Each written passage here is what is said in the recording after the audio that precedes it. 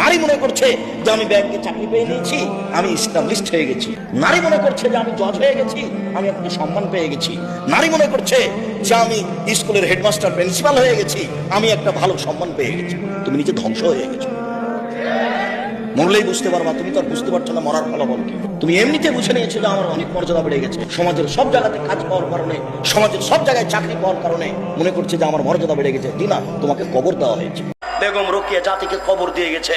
বেগম রোকেয়া শিক্ষিতানেরই নয়। এই যুবক, তুমি কটাক্ষ মনে করো না, তুমি ভুল বুঝেছো। তোমাকে আবার বুঝতে হবে মেয়ে কেন মাঠে নামলো। আমার সম অধিকার, ও সম অধিকারের কি বুঝে? অধিকার কাকে বলে? সম অধিকার কি বুঝেও?